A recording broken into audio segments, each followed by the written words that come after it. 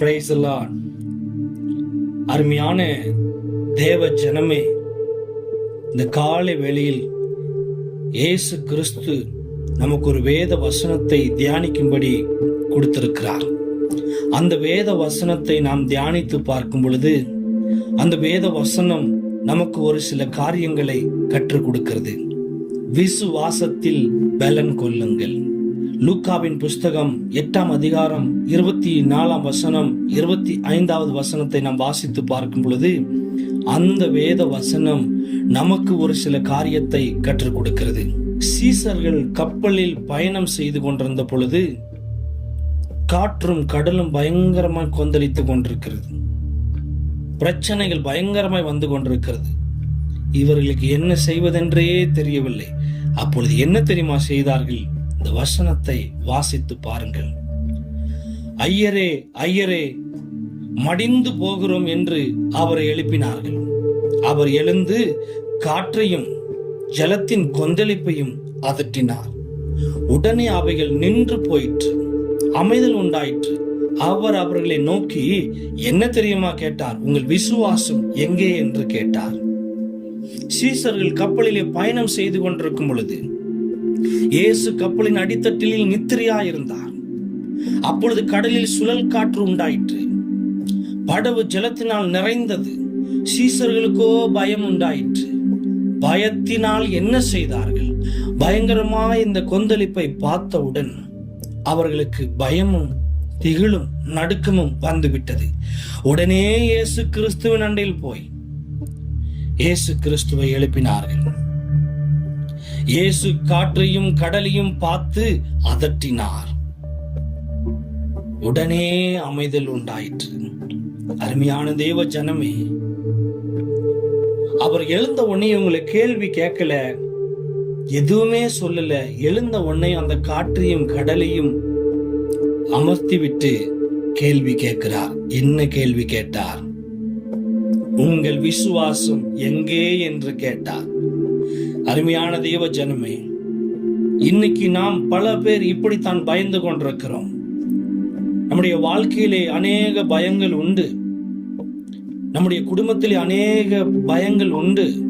நாம் பயப்படும் பொழுது இயேசு கிறிஸ்து உங்களையும் உங்கள் குடும்பத்தையும் உங்கள் பிள்ளைகளையும் பார்த்து கேட்பார், உன்னுடைய விசுவாசம் எங்கே என்று கேட்பார்.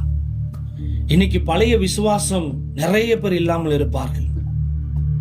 ஆரம்பத்தில் பயங்கரமாய் தெய்வத்தை நம்பி விசுவாசத்தை அவருடைய கரத்தை பிடித்து வேதத்தை பிடித்து சபைக்கு போய் ஜெபம் பண்ணி ஆண்டவரை அதிகமாய் தேடினவர்கள் இந்த நாட்களில் விசுவாசம் இல்லாமல் விசுவாசம் குன்றி போயிருக்கிறார்கள். அதற்குத்தான் ஆண்டவராகிய இயேசு கிறிஸ்து நம்மளை பார்த்து கேட்கிறார், விசுவாசம் எங்கே மகனே மகளே? என் தேவ ஜனமே, உன்னுடைய விசுவாசம் எங்கே? உங்களுடைய விசுவாசம் பயத்தை மேற்கொள்ள வேண்டும், தீய சக்திகளை மேற்கொள்ள வேண்டும். நீங்கள் ஏன் பயந்து கொண்டிருக்கிறீர்கள்? உங்களுக்கு விசுவாசம் இல்லாமல் போனதற்கு காரணம் என்ன என்று கேட்கிறார். அருமையான தேவ ஜனமே, விசுவாசம் உங்களுடைய பயத்தை மேற்கொள்ளுகிற தெய்வீக சக்தியாயிருக்கிறது. விசுவாசம் என்பது சிறந்த சர்வாயுதமாயிருக்கிறது. விசுவாசிக்கிற மனுஷன் பதறவில்லை என்று வேதத்தில் எழுதப்பட்டிருக்கிறது. விசுவாசிக்கிறவன் கர்த்தரிடத்திலே பலன் கொண்டு எந்த விதமான பயங்கரமான சூழ்நிலையா இருந்தாலும், எப்படிப்பட்ட பயங்கரமான வியாதியா இருந்தாலும், எப்படிப்பட்ட கொடிய நோய்களா இருந்தாலும் அவைகளில் எதிர்த்து நிற்க வேண்டும். உங்களுடைய விசுவாசம் உங்களிடத்தில் ஆலமரத்து வேரை போல இருதயத்தில் நின்று விட்டால் நீங்கள் பல சத்துருவின் கிரைகளை ஜெயிக்கலாம், முறியடிக்கலாம், பல வியாதியிலிருந்து மீண்டு வரலாம். எப்படிப்பட்ட காரியமா இருந்தாலும் மீண்டு வரலாம். அருமையான தேவ ஜனமே, விசுவாசம் என்பது செயலாற்றும் வல்லமை. அந்த விசுவாசத்திற்கு ஆதாரமாய் அஸ்திவாரமாய் பின்னணியில் கர்த்தர் இருக்கிறார். உங்களை ஏன் விசுவாசிக்க சொல்லுகிறார், உங்களை ஏன் நம்ப சொல்லுகிறார் என்று கேட்டால், பின்னணியில் பேக்ரவுண்டில் இயேசு கிறிஸ்து இருக்கிறார். அதற்குத்தான் அவர் சொல்லுகிறார், பயப்படாதே, விசுவாசம் உள்ளவனா இரு, பலவீனனா இருக்காதே, பலன் உள்ளவனா இரு என்று இயேசு கிறிஸ்து சொல்லுகிறார். அருமையான தேவ ஜனமே, இதை நமக்கு பல விதத்தில் பலவிதமாய் நமக்கு ஆண்டவராகிய இயேசு கிறிஸ்து கற்றுக் கொடுத்து கொண்டே இருக்கிறார். அவர் அஸ்திபாரமாய் நம்முடைய பின்னணியில் இருந்து கொண்டிருக்கிறார். ஆனால் பயம் என்பது ஒரு எதிர்மறைவான வல்லமையாகும். அதன் பின்னணியில் பிரச்சனையும் போராட்டமும் கஷ்டமும் நெருக்கமும் தீய வல்லமைகளும் இருக்கிறது. அருமையான தேவ ஜனமே, கர்த்தராகிய இயேசு கிறிஸ்து வெளிச்சமாய் நிற்கும் போது நமக்கு முன்னாடி நின்று கொண்டிருக்கிற பயங்கரமான இருள், பொல்லாத சத்ரு இருள், வியாதி இருள், நிந்த இருள், இவைகள் எல்லாவற்றிற்கும் முன்பதாக இயேசு கிறிஸ்து வெளிச்சமாய் சூரியனை போல உதிக்கும் பொழுது எல்லா இருளும் மறைந்து பனியை போல ஓடி போகிறது, ஒளிந்து போகிறது, மறைந்து போகிறது. அருமையான தேவ ஜனமே, நீங்கள் விசுவாசத்தில் பலன் கொள்ளுங்கள். நீங்கள் விசுவாசம் இல்லாத போது பிரச்சனை கண்டிப்பா வந்துவிடும், நிந்தனை கண்டிப்பா வந்துவிடும், போராட்டம் கண்டிப்பாய் வந்துவிடும். நீங்கள் புரிந்து கொள்ள வேண்டும். வேதம் அதுக்குத்தான் நமக்கு தெளிவாய் சொல்லுகிறது. அருமையான தேவ ஜனமே, பயப்படாதே, விசுவாசம் உள்ளவனாய் இரு என்று வேதத்தில் பல இடங்களில் திரும்ப திரும்ப நமக்கு வருகிறது. மார்க்கின் புஸ்தகம் 5ஆம் அதிகாரம் 36வது வசனத்தை வாசித்து பார்க்கும் பொழுது, லூக்காவின் புஸ்தகம் 8ஆம் அதிகாரம் 50வது வசனத்தை வாசித்து பார்க்கும் பொழுது, பயப்படாதே, விசுவாசம் உள்ளவனாய் இரு என்று கற்றுக் கொடுக்கிறது. ஒருவன் விசுவாசத்தில் பலன் உள்ளவனாய் இருந்தால் எல்லா பயத்தின் ஆவிகளையும் மேற்கொள்ளுவான், எல்லா பயத்தின் ஆவிகளையும் ஜெயிப்பான், ஜெயம் பெறுவான், விடுதலை ஆக்கப்படுவான் என்று வேதத்தில் எழுதப்பட்டிருக்கிறது. நீங்கள் விசுவாசிக்கிறீர்களா? அருமையான தேவ ஜனமே, இந்த காலை வேளையில் இயேசு கிறிஸ்து உங்களை பார்த்து கேட்கிறார், நீங்கள் விசுவாசிக்கிறீர்களா? உங்களுடைய வேலையில் ப்ரமோஷன் வரும், விசுவாசிக்கிறீர்களா? உங்களுடைய குடும்ப வாழ்க்கையில் ஒரு மாற்றம் வரும், விசுவாசிக்கிறீர்களா? பிள்ளை இல்லாதவர்களுக்கு பிள்ளை பாக்கியத்தை கர்த்தர் கொடுப்பார், விசுவாசிக்கிறீங்களா? வேலை காரியத்திலே கர்த்தர் உங்களுக்கு வேலையை வாக்கிய பண்ணுவார், விசுவாசிக்கிறீங்களா?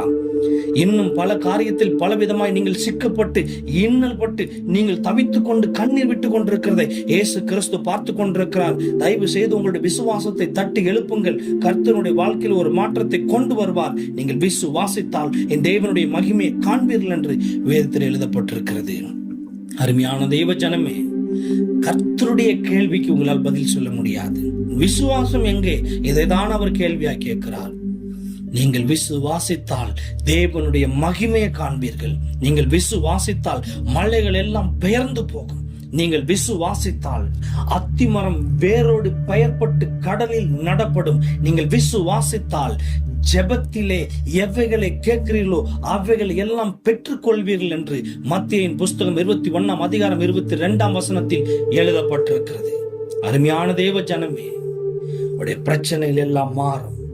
கர்த்தரை விசுவாசியுங்கள், அவருடைய வல்லமை விசுவாசியுங்கள், அவருடைய வரத்தை விசுவாசியுங்கள், அவருடைய பரத்தை விசுவாசியுங்கள், அவருடைய சிலுவையை விசுவாசியுங்கள். அருமையான தேவ ஜனமே, இந்த காலை வேளையில விசுவாசத்தில் பலப்படுங்கள் என்று கர்த்தர் கற்றுக் கொடுத்து கொண்டிருக்கிறார். அருமையான தேவ ஜனமே, நாம் ஒரு வசனத்தை வாசித்து பார்க்கும் பொழுது எபிரேயர் புஸ்தகம் 11ஆம் அதிகாரம் 33ஆம் வசனத்தில் இருந்து 35ஆம் வசனம் வரைக்கும் வாசித்து பார்க்கும் பொழுது, பழைய ஏற்பாட்டு பரிசுத்தவான்கள் விசுவாசித்து என்னென்ன காரியங்களை செய்தார்கள் என்பதை இந்த வேத வசனத்தின் மூலியமாய் நமக்கு கற்றுக் கொடுக்கிறது. இந்த வசனத்துல எப்படிப்பட்ட விசுவாசங்கள் அடங்கி இருக்கிறது என்று நீங்கள் புரிந்து கொள்வீர்கள்.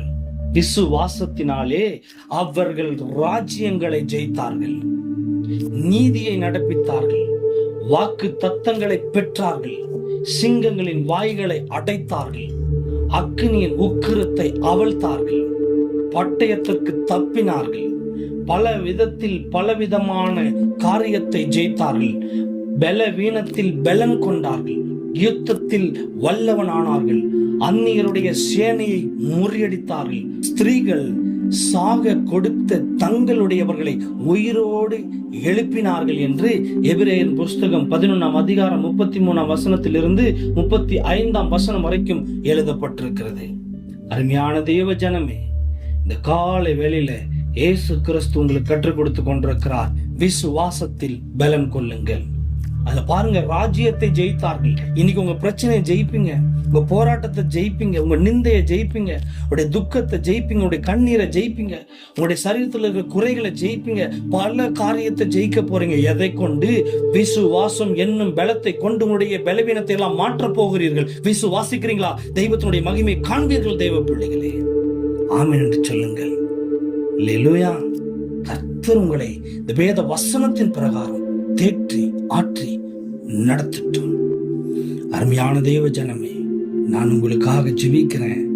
ஜெபிக்கும் பொழுது கர்த்தருடைய பலன் உங்களுக்கு இறங்கி வரும். உங்களுடைய பலவீனங்கள் எல்லாம் மாறும். ஜெபிப்போம். அன்பின் பரிசுத்த பரலோக நல்ல ஜெயபலமானவரே, உங்க கிருபைக்காக தயவுக்காக கோடான கோடி நன்றி செலுத்துறப்பா. இந்த காலை வேளையில் ஆண்டவரே, இந்த வேத வசனத்தின் மூலியமாய் பல காரியத்தை எங்களுக்கு கற்றுக் கொடுத்ததற்காக நாங்கள் நன்றி செலுத்துறோம். லூக்காவின் புஸ்தகம் 8ஆம் அதிகாரம் 24ஆம் வசனம் 25ஆம் வசனத்தின் மூலியமாய் இந்த காலை வேளையிலே ஆண்டவரை எங்களுக்கு பலன் பட சொல்லி, உடைய விசுவாசத்திலே பலன் கொள்ளுங்கள் என்று சொல்லி எங்களுக்கு கற்றுக் கொடுத்த உம்முடைய வல்லமை நிறைந்த வார்த்தைக்காக நாங்கள் நன்றி செலுத்துறோம் அப்பா. இன்னும் அதிகமாக உம்முடைய பிள்ளைகளுடைய வேத வசனத்தை அறிந்து கொண்டு புரிந்து கொண்டு உடைய வேத வசனத்தின் பிரகாரம் நடக்கும்படியாக நான் ஜெபிக்கிறேன்ப்பா. அப்பா, உம்முடைய பிள்ளைகள் அநேக பாடுகள் பட்டு கொண்டிருக்கிறார்கள், நிந்தனைப்பட்டு கொண்டிருக்கிறார்கள், பயப்பட்டு கொண்டிருக்கிறார்கள், விசுவாசம் இல்லாமல் இருக்கிறார்கள் அப்பா. தயவு செய்து உடைய விசுவாசம் என்கின்ற வல்லமை உடைய பிள்ளைகளுக்கு நேராய் கடந்து போகட்டும். எல்லா பலவீனத்தையும் மாற்றி போடுங்க. பலத்தையும் சுகத்தையும் மாற்றத்தையும் நன்மை நீருடைய பிள்ளைகளுக்கு கட்டளையிடும்படியாக ஜெபிக்கிறோம். இந்த பிள்ளைகளை பொறுப்பெடுங்க, கிருபையில மறைங்க. இந்த கேட்ட சத்தியத்தின்படி நடத்துங்க. பெரிய காரியத்தை செய்யுங்க. இயேசு கிறிஸ்துவின் அதிகாரம் நிறைந்த இரக்கம் நிறைந்த புண்ணிய நாமத்தில் ஜெபிக்கிறேன். எங்கள் ஜெபம் கேளும் எங்கள் நல்ல பிதாவே.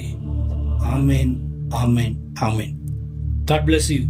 கர்த்தர் உங்களை யாவரையும் ஆசீர்வதிப்பாராக. ஆமென்.